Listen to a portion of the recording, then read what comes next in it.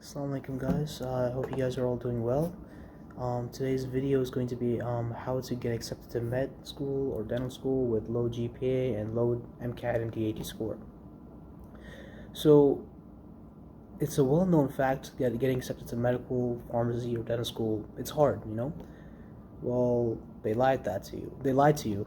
So it's a guarded secret among healthcare professionals that it's no longer just about the numbers. You've probably been told that if you did poorly on your SAT or ACT or in high school, it's an indication of how you do in college, and you may never get accepted to any graduate program. That is wrong. In fact, if you got poor grades in high school, like D's or C's, or even failed a few classes, you can still get accepted to good professional schools, and even the best ones. My example is that I had a poor ACT score. You know what? I went to high school in the Midwest in Illinois. And not only that, I bombed my freshman year in high school. I got C's and straight D's for quite a while. And my junior and senior year is when I started to get A's and B's. But my cumulative GPA in high school was about 3.34, which was about 5. So in reality, it doesn't really matter how you do in exams or in high school, in these ACT, SAT exams. The only time it is of relevance is if you're trying to get a scholarship. So you still need to try to do good in high school so you can get scholarship in college. But as I said earlier, it's no longer about just the numbers. It's about how unique you are as an applicant. If you're unique, hardworking, and you have tons of experiences, you can go wherever you're trying to go. If you have a low GPA, low DAT, or MCAT score, you can still get accepted into school. You just have to have the determination. I.e. example I always give is I have a relative whose GPA dropped down to high 2s in college.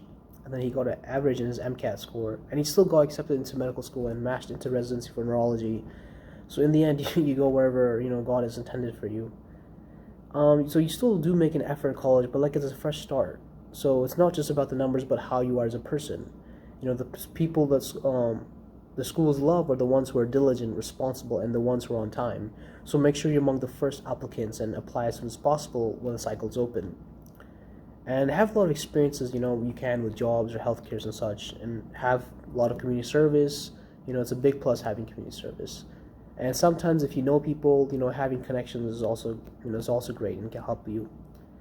Another reason why I also want to talk about numbers don't matter is about the concept of yield protection.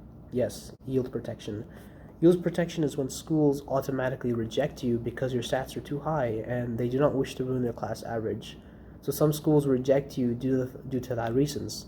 In fact, there are schools that are notorious for picking students with low stats.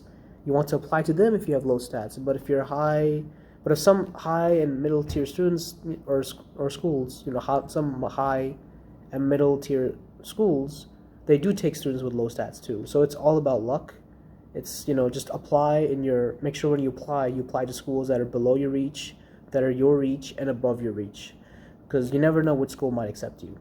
Another reason why schools may reject you if your stats are too high is because they have a feeling that you may go to another school, and so they don't want to waste that interview on you or acceptance when they could have given to someone else, someone who was more deserving, or someone they know for sure would have utilized that acceptance or interview. They may know also that you meant going somewhere else.